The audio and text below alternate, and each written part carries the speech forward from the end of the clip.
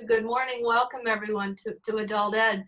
And Mike Shane, thank you once again for bringing us live and in concert. We welcome our wonderful guests today, and we wish you could be here with us in person, but I think under the circumstances, this is the next best thing. Yes. We already have 18 people Zooming in, and I think that our audience will continue to grow, but welcome. We're so pleased to have you, and as Bob has probably told you, you are the second of four wonderful speakers we will have on this important and very, very timely topic. So thank you so much for joining us, and thank you, Bob. Well, thank you, Margaret, for your wonderful leadership of this committee. Thank you. This is a series on Christian hospitality, and last week we had as our visitor Josh Jipp, a theologian from Kentucky, and from the Chicago area, excuse me, and he talked about hospitality as being a Christian duty, not a tendency that we should take lightly. Our speakers today, I'll say something more about in just a few moments. But next week, we address an unusual topic concerning hospitality. Stephen Phelps will talk about hospitality toward the clergy, something that he admits is a topic rarely discussed in circles, and he brings quite a special perspective to that. The week after that, there is no Christian education, but on the 31st, the last in our series, the speaker will be Christine Pohl, an ethicist from Auburn Seminary, who's visited several Christian communities that actively practice hospitality around the world. So she has written a book on this and has visited them since that book was published, and that should be in itself something to look forward to. Concerning our speakers today, these are two phenomenal people who are joining us. And by the way, Dean, you may be on phone, but I'm wearing a tie because I know you'll be wearing one as well. I am. Even wears a tie to Patrick Murphy's grocery. These two speakers have traveled in a parallel direction for many years and in a godly direction. Hans Hollenbeck is in the presbytery of the Hudson River, is Hudson River Presbytery. He's I know him for having organized 3 symposia at the United Nations headquarters that dealt with prison reform. And in addition, he has created an organization called IPP, that the Interfaith Prison Partnership, which brings together Christians, Jews, and Muslims, all concerned about prison reform. And there's more that could be said about Hans's wonderful work.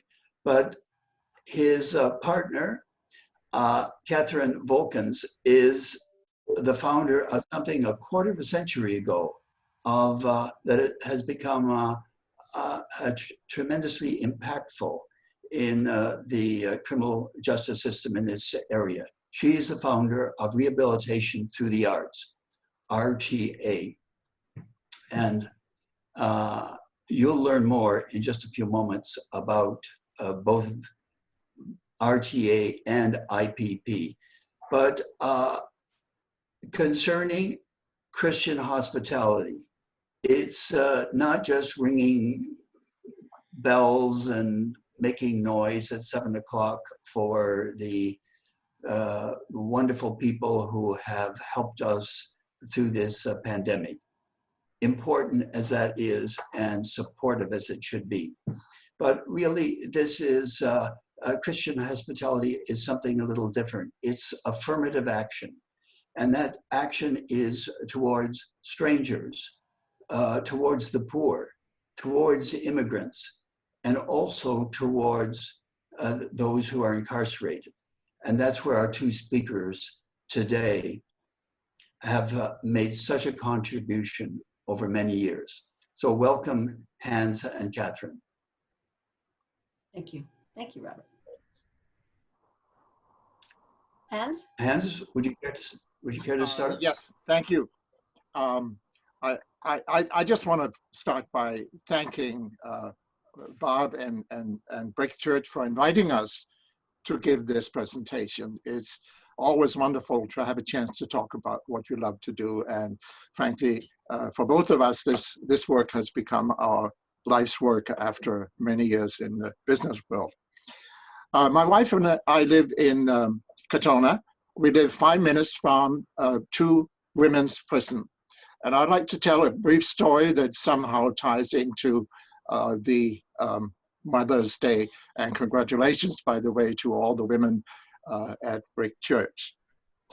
So 20 years ago, I was involved over at Bedford Hills on trying to get a college started. And we sat in a room with 12 women, incarcerated women.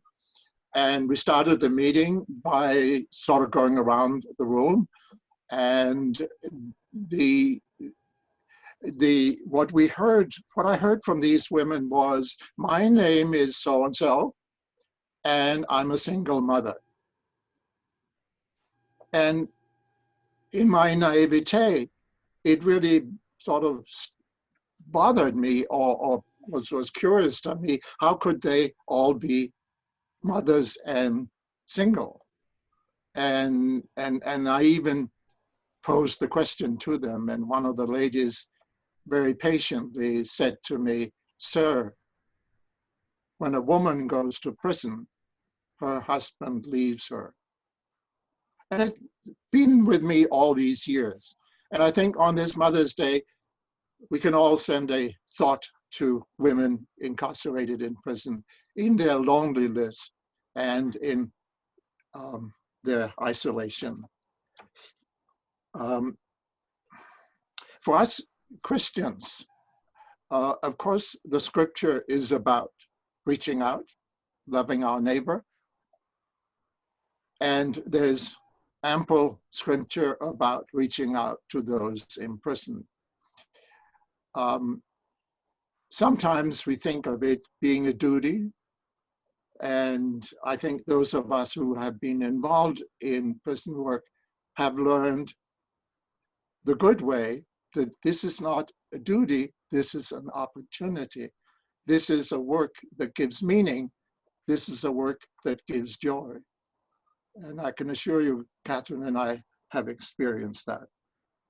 And there are plenty of opportunity for all of us to get involved in prison work. Just in the state of New York, we still have 52 state prisons with close to average 1,000 in each of these prisons. And of course, we have 2.4 million across the country. And on a global basis, we are #1 in incarcerating our own. My role in the Hudson River Presbytery is to try to get our 81 churches involved in prison work. And one of the notions when we started was that we have as many people in prison in our presbytery as we have people in our pews. And then dawned on us, we realized we had to start a prison ministry. Prison ministry is also relevant to New York City because at least 75% of those who are released from prison eventually return to the inner city. However, today I'd like to really talk about a specific program for the women's prison because it is Mother's Day. We have developed a program we call Daringly, we call it Adopt Your Local Prison.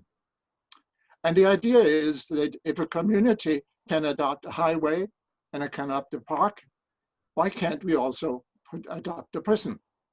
And we brought that idea to our town supervisor 2 years ago, and he embraced the idea. And then we brought it to the superintendents of the two prisons, Bedford Hills and Taconic, and lo and behold, they got on board. We started a vegetable garden, and then we discovered a cemetery that, and now we have a picture, if we can put that up. It's a cemetery that was overgrown and which holds about 100 women and children who died over the last 70, 80 years. If we can see that picture, you can just get a feel for it.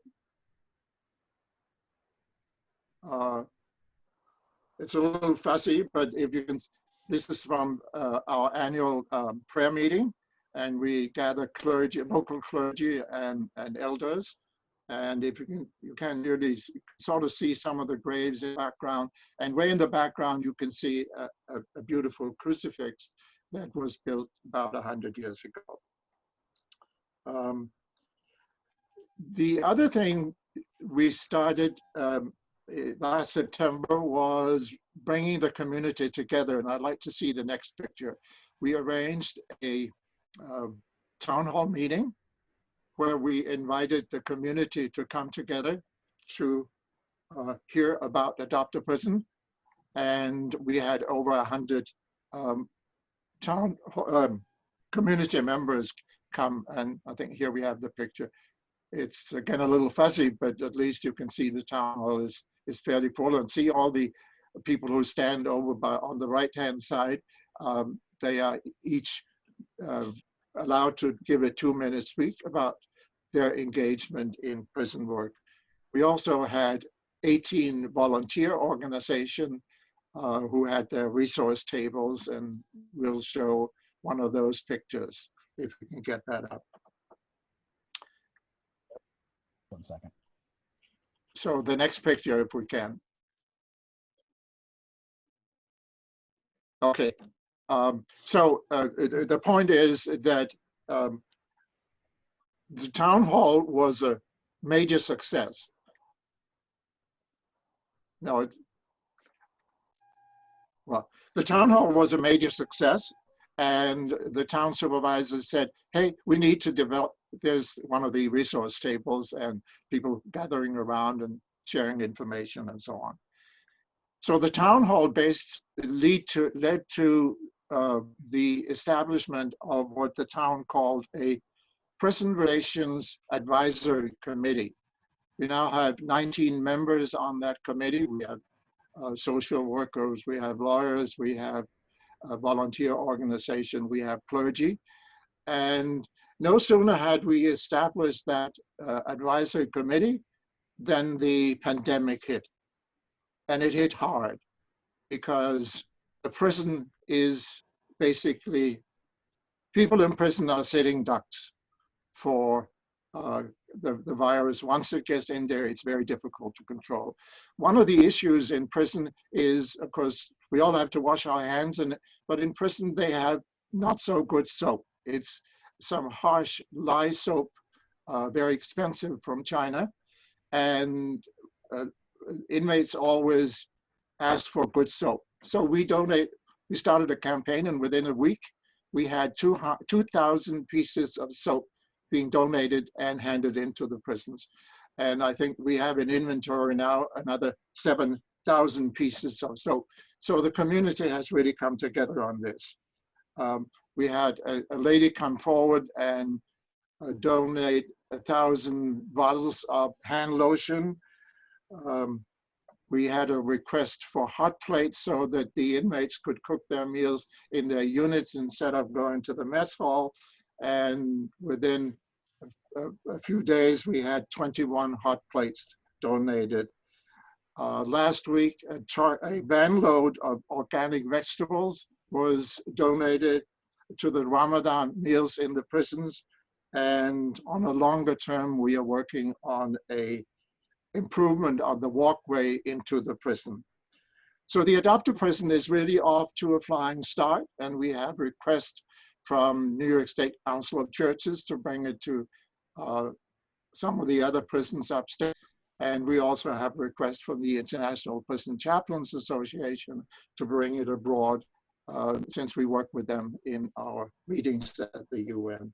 So I'll start with what we're doing, because we would like to hear from Catherine Wilkins, my beloved wife, who does an amazing job with rehabilitation through the arts. And afterwards, we will have hopefully a question and answer. So over to you, Catherine. Thank you, Hans. And again, thank you to everyone for joining us today. We're excited to share this. And I'm excited to always tell the story. You know, there's a saying that most women end up in prison because of a man. And I have to say that's the same here. I had no intention of going to prison. There was nothing in my background that said I would end up running a nonprofit that worked in the prison system. But the short version of how this all happened was that my esteemed husband partner in an international business that we ran for many years came home one day and said, I can't do this more.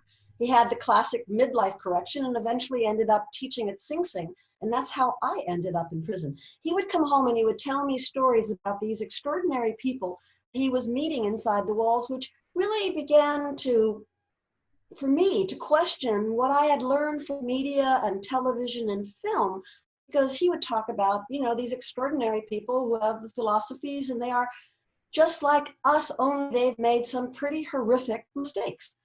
So I had a chance to go in and observe one of his classes, met the people that he was working with, and I must admit it didn't change me that night, but it opened my eyes to the idea that the myths and stereotypes that so many of us carry, that we may not even know we carry, are not correct and that they need to be adjusted.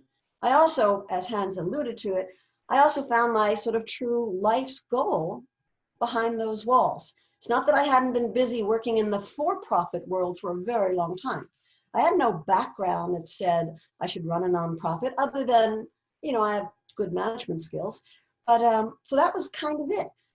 And during that time, Hans kind of alluded to some of his students that his partner, wife, got things done.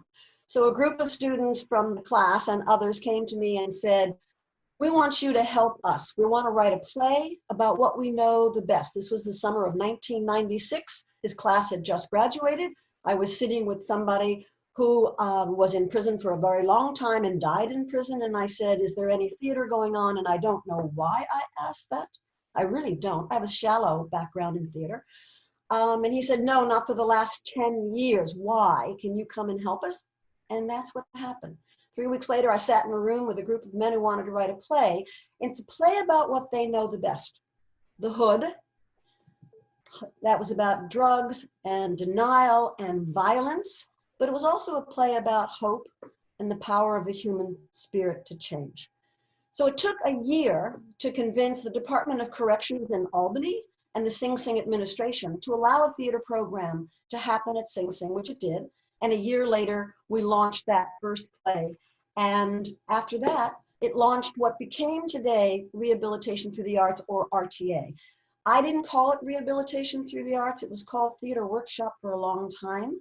And the men came to me one day and said, this is not about theater. This is about change. Let's call it Rehabilitation Through the Arts. So the name of the program was actually bestowed by the people who were in the program. So in the beginning, we only offered theater. We had theater classes, which meant you taught about how to move on stage, how to present, etc. However, today, 24 years later, almost 25, as Robert said earlier, we now provide theater and dance, music, vocal training. In fact, one of our teaching artists who's been teaching vocal training is actually on the line today. I'm just acknowledging Kim Breeden, who has been a godsend for us teaching vocal training in many of our prisons. We also teach creative writing. We teach visual arts. And we have poetry for those who like either slam or traditional poets. We go into 6 maximum and medium security prisons located in 3 counties. We work year round, except for 3 weeks in August and 3 weeks between Christmas and New Year's. We have 25 teaching artists who are all professionals. with backgrounds that usually start with a master's and go up. Our program, as I said, runs year-round. So when you think of the programs that are usual, for those of us who even think about what programs are available for incarcerated men and women, you might think about vocational plumbing, electricians, that kind of thing. You might think about substance abuse classes. They obviously all have and do have big problems with substance abuse. So they would have those classes, and they might actually get their high school equivalency diplomas inside the walls. Actually, 65% of the people who go to prison in New York State do not have a high school education. So why the arts? Aren't the arts like elitist? Aren't they frivolous? Aren't they indulgent? Do people who've made horrible mistakes and done damage to lives deserve rewards instead of punishment? Shouldn't they just be punished? RTA has found out after all these years that the arts are platforms, perfect platforms for teaching the critical life skills that so many incarcerated men and women simply don't have when they come to prison. And these missing skills, which they don't have, that the arts can teach, are considered missing links in how they re-enter, how they go back home and make it in family, in community, and in employment. So why are the arts such effective tools? We didn't know, but we went to Harvard and Columbia, who had done a study on why the arts work, and they're very, very applicable to the people in prison. They're experiential, they're not passive. Most traditional schooling that people have gone to is a passive existence. And most of our people who are in prison today in the New York State system didn't do well at all in prison. They're not judgmental. The arts don't care whether you have an academic background. There's no correct answer. The arts allow you to be who you are and to discover who you are. And they also help you to find out inside you what you're good at. The light bulbs go on when you can learn to stand up in front of a group of people and not be afraid. Light bulb goes on when you realize that long-term planning and practice again and again produce a play or produce something that is far better as a group than it was as a single person. The arts also encourage taking, let's call it risks, but in a positive environment. The risk might simply be I'm walking out on stage. The arts are also very good for communication. Most of the people who come to prison really haven't learned well how to communicate, except maybe in violent situations.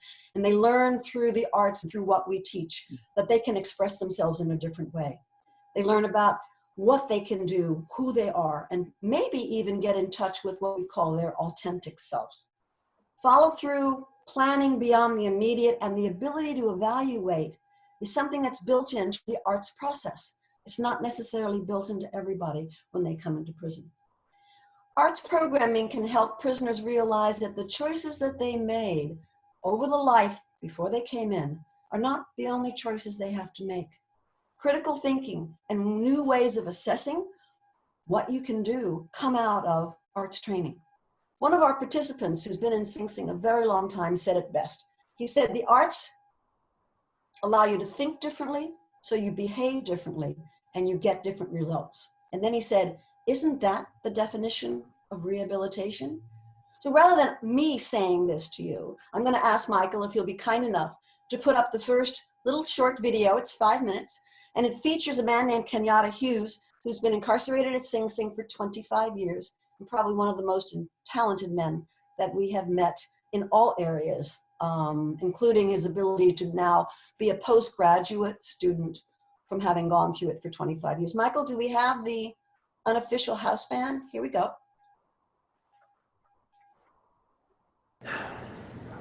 Beaten and broken, twisted and scarred, awkward and clumsy, calloused and hard, worn out and work weary, battered and bruised,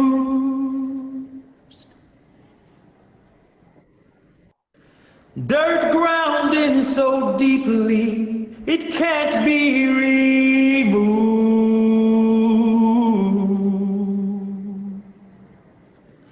Once these hands were strong, once these hands and these arms supplied and provided, kept you safe from harm. Initially, when I first started writing music, it really wasn't very personal. I think I've kind of progressed as a songwriter because I'm able to be more honest. I think a large part of that is due to RTA and them putting me in a position where you kind of have to be more honest. Learning about African history, learning about political science, learning about the world outside of the world that I'm familiar with has kind of taught me things about myself. But in RTA, looking into yourself kind of teaches you things about other people. So like with this song, where before I might have been a little more afraid of how it would be received, now I understand better that just as I might have been uncomfortable letting certain things show, other people are uncomfortable letting those things show. It's not that they don't experience those feelings, not that they don't understand what it means to love somebody and try your best and still feel as though you failed. They feel those things, but we kind of hide it because, like I said, everybody wants to be accepted.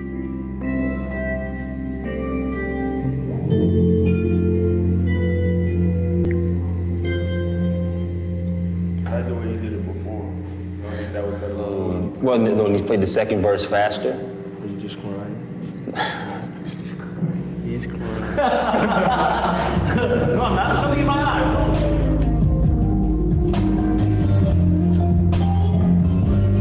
One of the hardest things in here to be is happy. I don't mean that it's hard to be happy because, I mean, you can find happiness just about anywhere.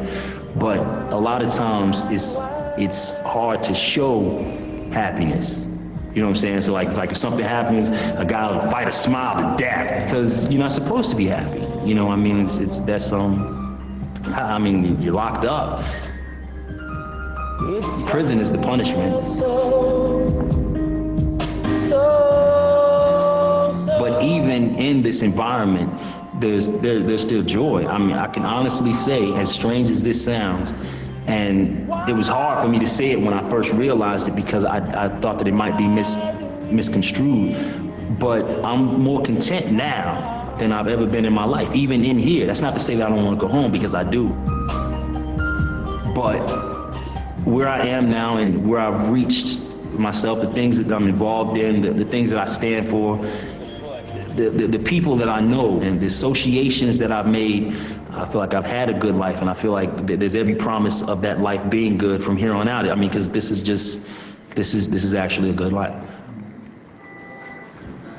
The thing with RTA, the most powerful thing that it has, I think the thing with the arts in general, is that it makes you think differently.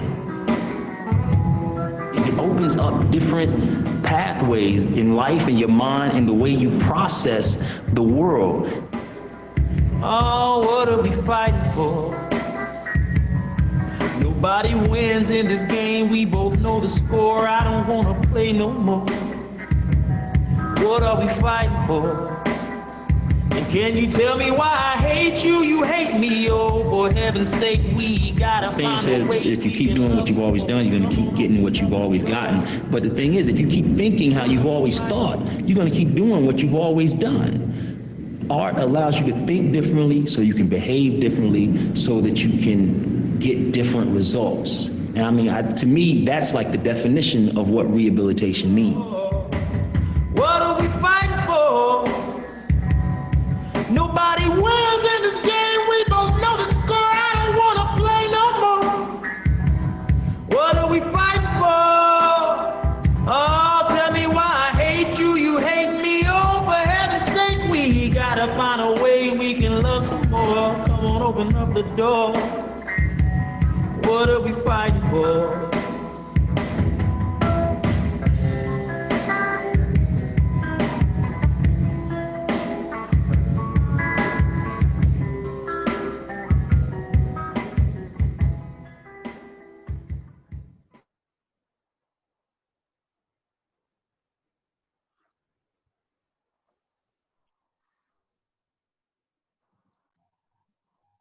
It looked as though the set had a little bit of problems in terms of the video actually running straight through, but you got most of the words, and you certainly got a chance to understand this extraordinarily creative man who wrote all the words. He's got a beautiful singing voice and also can play 4 or 5 different instruments.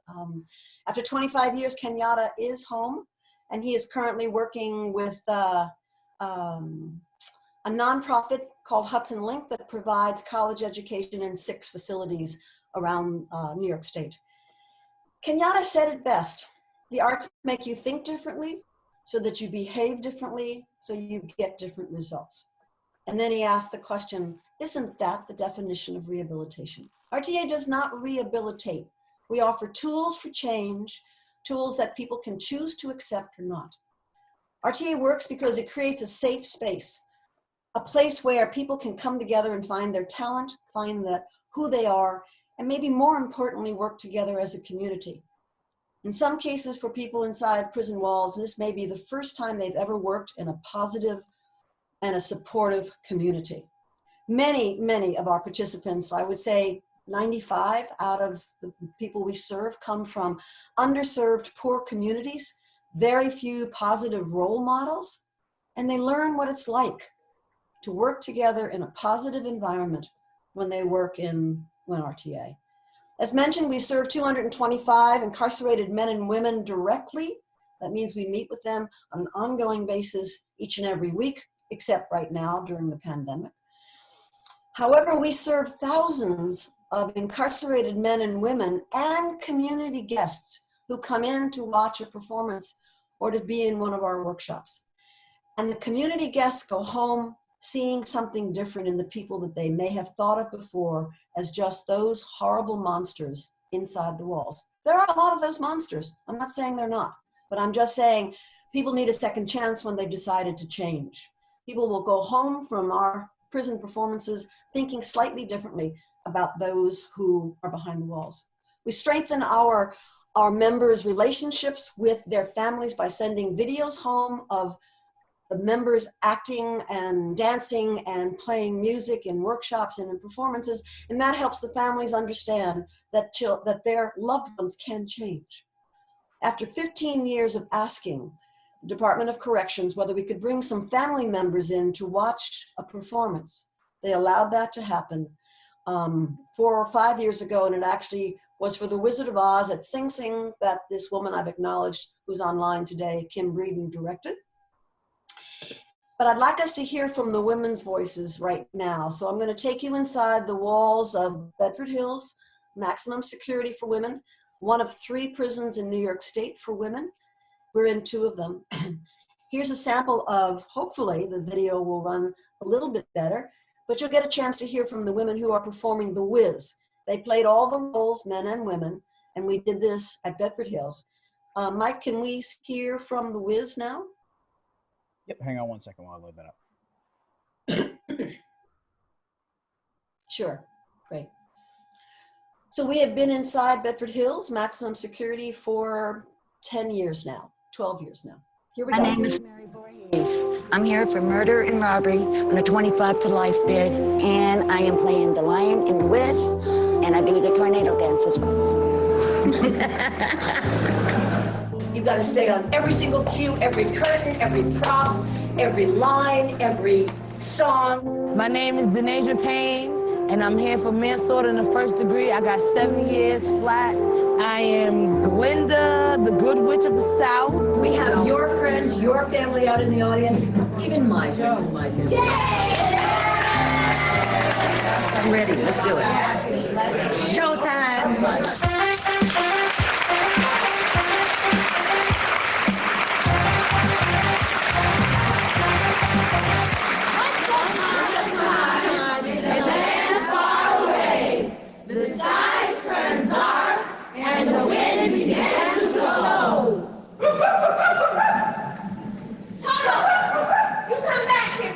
I think the arts give what people would call soft skills, the ability to listen well, the ability to work as a team, to problem solve, to change the way you think.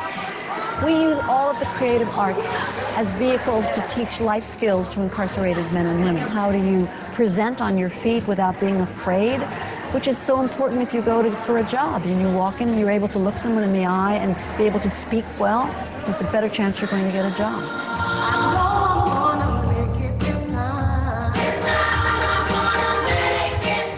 I'm not a people person normally. I don't get along with people. I don't like people. But being involved with RTA, that's all changed.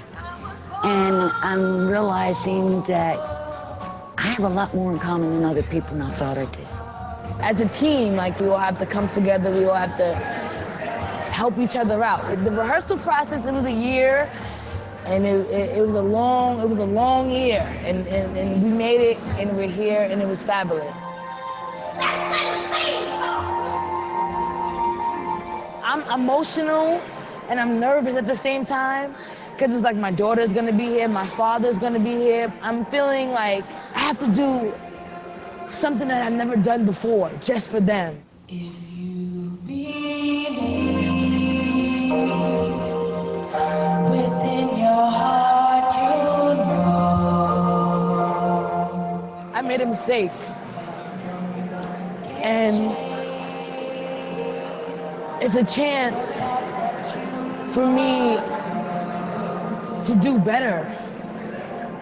And I'm young, I'm 24 years old. I was a pre-med student at home, and I made a mistake.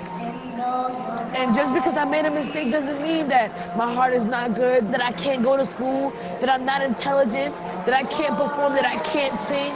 So this gives me a chance to show the world that I am somebody, that I am loving, that I am sensitive, that I do cry, that I can put on a performance and show the world that I am someone, and I do have feelings. Yes, believe in yourself as I believe in you.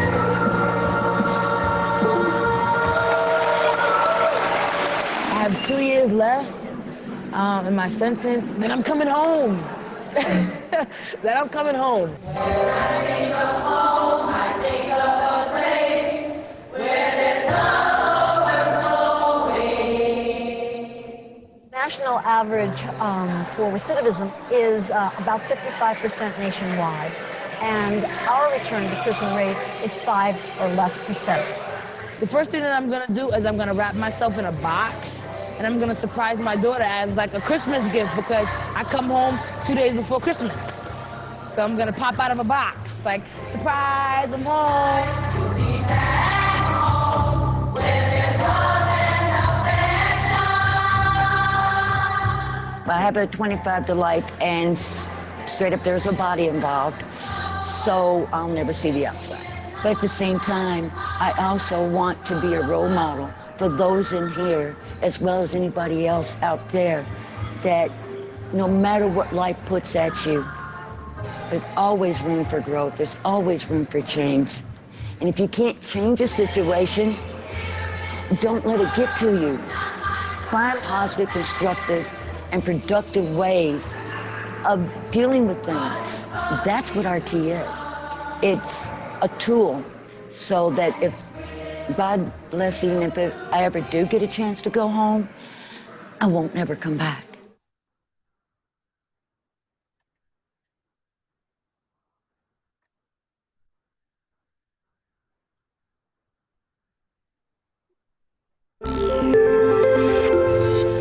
Thank you, Mike. Huffington Post was good enough to do that, cover that for us, and ran that as part of their publication. Kind of sad hearing what Mary Voorhees said about, if she ever gets out. She's the one with the long hair that you saw at the end now. She admitted to having a body, which means she has been convicted of murder, so she is in prison for probably at least 25, if not longer. Denacia Payne, the young, lovely woman who was Glinda the Good Witch, did go home in December. She did surprise her daughter. Today, she works for a nonprofit, and she also very frequently speaks for RTA at club meetings. We went to Albany to speak to elected officials. Denacia came along with me. It's particularly sad. It's one thing to have men behind prison. It's another thing to have the mothers behind prison walls. And I know that doesn't seem like I should talk about it, but I have to say I ended up crying through that particular piece because Denisha is a good mother, and she did make a mistake, and she paid her time, and now she's back in community. We have 2 published studies that prove that what we do is not just good for them and nice, that there's a nice play to put on or paint a picture. The 2 studies, one from John Jay College of Criminal Justice, conducted by a researcher there, prove that RTA participants are better citizens. They have better discipline records, and they are have better coping skills, and so they are people inside the walls that are easier to manage during the time that they are incarcerated. The second, by SUNY Purchase College, proved that RTA is a catalyst for learning. What does that mean? It means that our participants finish their high school equivalency diplomas faster and get into colleges where they're offered in prison and do better than others. Both these studies are called evidence-based, which means they were done against control groups. Control groups are people who were not in our program. The fact that people can get their high school diplomas and move into college is becoming more and more important in New York State prisons, because there has been a move among some of the larger foundations like the Soros Foundation and Mellon Foundation to fund prison programs that provide college educations, because college in prison means that you have a far less return to prison. However, RTA also has a far less return to prison, as was said earlier on. We've been in prison for 24 years, and now we have enough people home to provide the statistics for the holy grail. It's called recidivism. Recidivism is the return to prison rate. Nationwide, Department of Justice says it's 67%. Every statistics vary, but nothing is less than 55% nationwide, people going home. In New York State, RTA's Arts and Corrections programs produces less than 5% return. And that means 95% of our folks come out and stay out and do better. I think it's a little later than I want us to be at in order to show the 3rd video, Michael. It feels to me that with your hard line and about 15 minutes to when we were going to finish, we'll skip the last video. You've seen and heard from both men and women behind the bars. As I said earlier, during the pandemic, RTA has not been back in prison because all programming, all official visitors, everybody is out of the prisons across the country, not just in New York State. We are servicing our members with lessons that are sent in and delivered to parking lots and mailed to them directly. We are recording live on cassette tapes. Cassette tapes are still allowed inside prison walls, assuming they are, quote, prison appropriate. And we're working on those. And after that, if we cannot be back, we will teach on DVDs. The New York State system doesn't yet provide Zoom, Google Hangout, or video conferencing for this kind of educational work, but we're working on it. Had a conversation with them last week. So we will be back soon. In the meantime, I think it's 10:30 by my clock, and that leaves us 15 minutes for Q&A, if that's good with the powers to be. I guess that's Robert. And Okay, so hang on. I'm going to unmute, if we're all good, I'm going to unmute the group so that people can speak when they want to. Just be mindful of your background sound. If that's the case, I will have to moderate, and I'll cut off, or I'll mute people in the background as needed to keep the peace.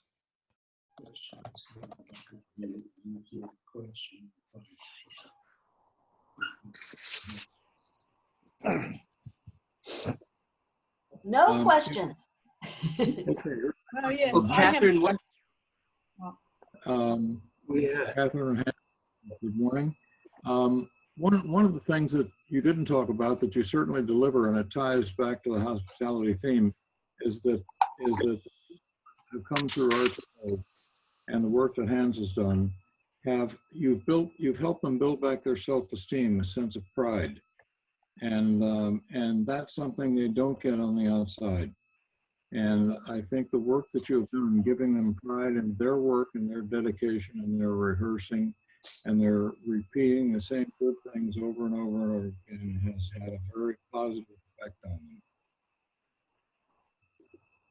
Thank you, Ken. I think when the term hospitality, which is being used, and I respect that, for us, what we do is about transforming lives.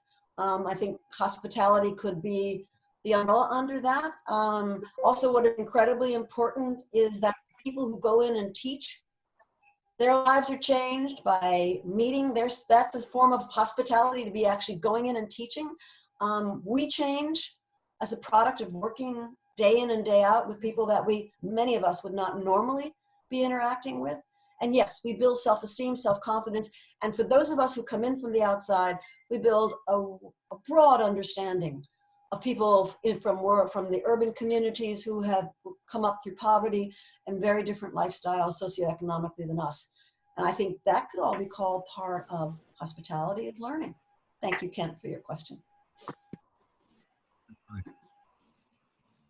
I'd like to make a comment also to Ken. Okay, And thank you, Ken, for being on this Zoom. Ken and I go back a long time. I just want to pick up on the idea of the concept of hospitality. I think from a Christian perspective, it goes further than hospitality. It goes into loving your neighbor as yourself. And I don't think Jesus was talking about just loving people who are like us. I think Jesus is talking about people who are not like us, people who have done bad things, people who have failed, but who are ready to repent. And I think that's what we experience when we work in prison. And the amazing thing that I'm always floored by is that when we reach out to heal or help people in prison, lo and behold, somehow they reach back up to us and heal us and make us better people and make us more joyous about living in a integrated spiritual community with this thing we call God overarching it all. And once we begin to realize that, then those who are incarcerated are basically part of our salvation, if we can use a strong word like that. And that's why I'm involved, and that's why I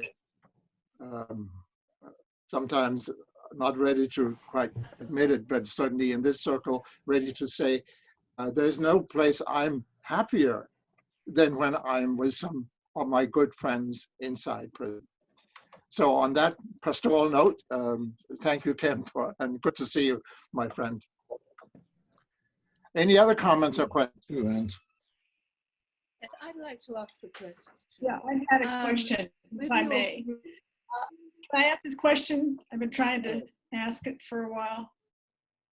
And then Francis, you go right after me.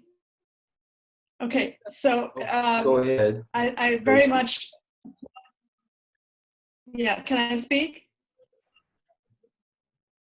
Go. I very much applaud you both for the work. I very much applaud you for the work that you're doing, in particular for using the arts as a means, because arts, as you said, are non-judgmental.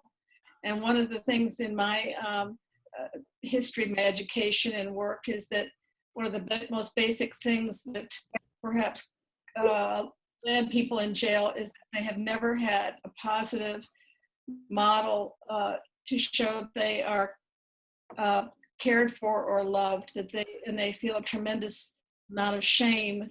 I don't even think they know where the shame comes from. And my one question is, if you work with both men and women at times, do you find that there's any difference between the shame that men can feel from their lives and overcoming that, and women? What is the difference there? And secondly, how do you start? When you first meet the men or women incarcerated, with their feeling, they must feel this tremendous difference or gulf. We are the prisoners, we are the ones that are paying a debt, and you are above us. There has to be a way that you can somehow show a commonality, that they are worthwhile and that their opinions are appreciated, and that it's a shared experience. Good questions. Thank you very much. Hans, I'll speak to it if it's okay. I know you have taught at both facilities, but is it okay if I speak to this first? Yeah, go ahead, Catherine. The question about men and women and how we work with them, the overall, first of all, nationwide, 95% of the people who are in prison are men, nationwide. 5% are the women, it's growing faster, but it's still 5-6%, so you have a disproportionate number of men versus women. Women come to prison almost always in a far worse situation than men. They come very often, as I kidded about when I opened up, as the result of being with someone, domestic violence, you know, drugs, their, whatever it was that brought them to prison. But first of all, generally in the state of New York, most of the women who come to prison have less education, have more domestic violence in their background, more mental health. Many come with children. Those children are then farmed out to family members or to the foster care system. So the women come conditioned to fail. That's a term we've used, not with them, but about why so often it's harder to get the women to come to a different level of transformation. I know it took us almost 5 years before the women would agree at Bedford Hills to get up on a stage and make a performance while we could do something immediately with the men. I just think the women struggle harder, and as Hans's story said at the beginning, the men almost always leave them when they go to prison. Whether they are a partner or a husband, the families do not stay. The women, mothers stay, grandmothers stay, but the males get out of their lives. So they have lost at a lot of different levels. So it's harder to reach the women. They are more sensitive normally. They take things more personally. It's very difficult in some cases to gain the trust of the men, but also the women too. Racial differences are always an issue. We are predominantly Caucasians who are coming into minority situations. So the main issue for the second part of your question was, how do you start with them? The question of why are you here? Are you proselytizing? Are you trying to convert us? Are you writing something and we're the guinea pigs? So it takes a bit of time to build a sense of community and for them to sense that when you come back week after week after week and year after year, you're coming because you care. You're coming because you're offering something that they can learn from. The shame that they both feel, you see it more often in women than you do in the men, because the men wear masks. They have to wear masks in prison. Both men and women wear masks, but they wear them differently. The men wear masks to show that they are macho, that they are not weak, and therefore they're not going to show emotions, and they're not going to show shame, and they're not going to show guilt. And those are things they must come to on their own. And they do when they get in touch with their authentic self, not the mask, not the bully, but the person who's really inside, tucked deep down inside there, they've reached. They can admit what they did wrong. And once they take responsibility, they can begin the very serious road back. I think there was another woman, Frances, who needed to speak, or was there, did I get that right? Yeah, Frances Yes, is the next question. First of all, I'd like to say how very admirable the work that you're doing, both of you are doing. I think it's absolutely wonderful. And you've answered part of my question, because I was going to ask you how difficult it was to get people engaged. But obviously once you've got them engaged, they really are enjoying themselves. And the plays that you put on, like The Wizard of Oz, is that open to the public, or is it just for other members of the prison?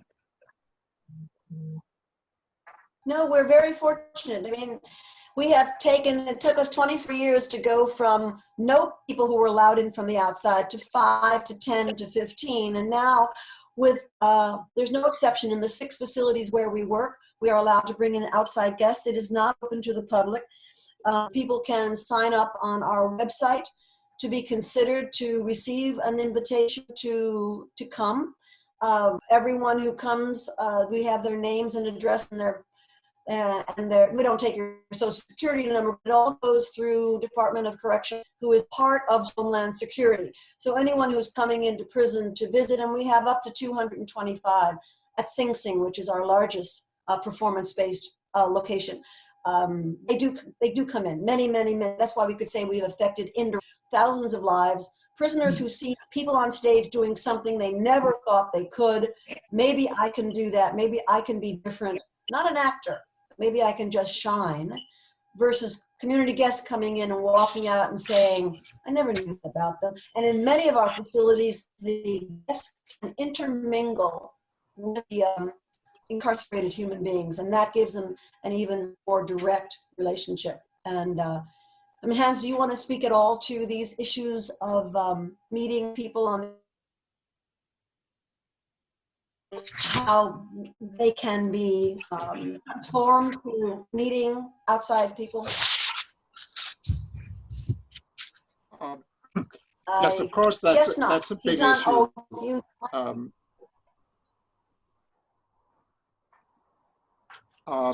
Am I on? Am I on?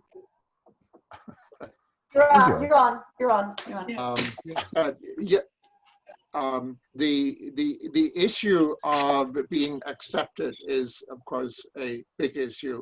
There's a trust issue. I remember when I started back in the 90s in teaching in a theology class, the students, the work in the class, because it would give them a degree towards college. But of course, they were a little concerned about this white guy coming in and why is he here, like Catherine said. And it took me maybe 3 months until one day they asked me the question, why are you here? And I fumbled because I said something about, this is really what I feel is my life's work, and I would like to reach out and so on and so forth. A little guy from Chinatown, Kevin, I still remember him very clearly. He was sitting in the back of the class. He stood up and he said, Hans, have you sold your house and given the money to the poor? And I must admit, I fumbled with the answer for that one. But of course, in reality, I had given up a six-figure income in the business world, and I had devoted myself to basically working on this. But gradually, they do begin to understand that we are there because we want to be there, we want to support them, and we want to help them make a transition. And when that transition begins to work, then of course it's a tremendous joy to be able to do that kind of work. Any other questions?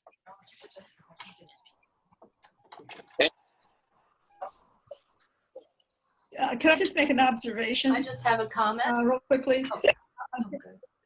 A comment. John, go ahead. I mean, I think that the work that you're doing is absolutely correct about having to earn their trust. It's also by, particularly with the arts, showing that a person has value where no one else has allowed them to feel any kind of value, and that they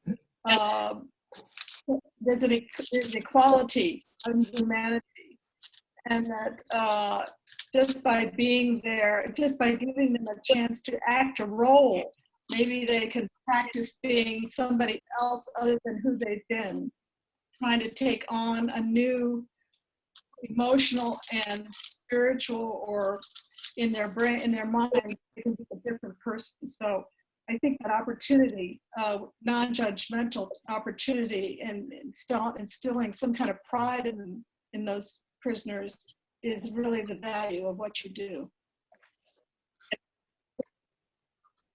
Thank you. I think there was someone else before Margaret, we run out of time. You appear to have a comment or question you wanted to raise.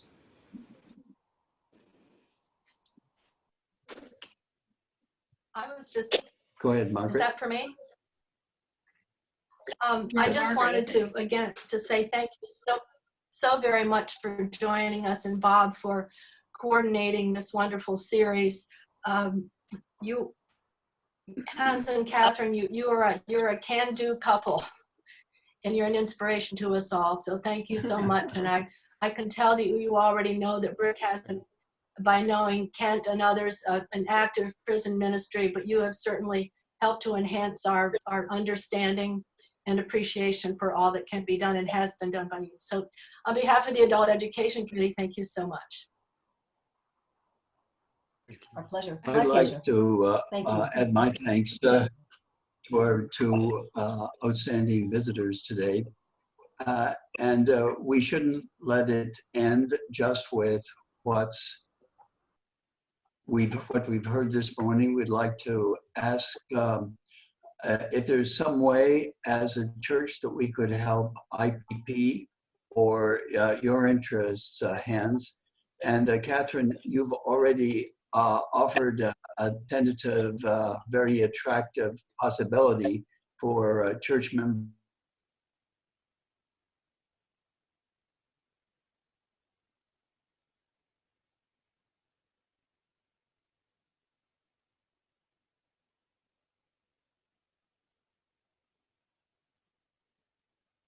is to take advantage of that opportunity. It's instructive, and it's not just good for the performers. It's not just good for the RTA volunteers and workers, but it's good for the whole system to say that the public cares about better correctional systems, and that's why it's worthwhile. So thanks again. Anyone else have a final comment? All right. Again, thanks, Hans and Catherine, and hope to see you next week for hospitality toward the clergy. Good night.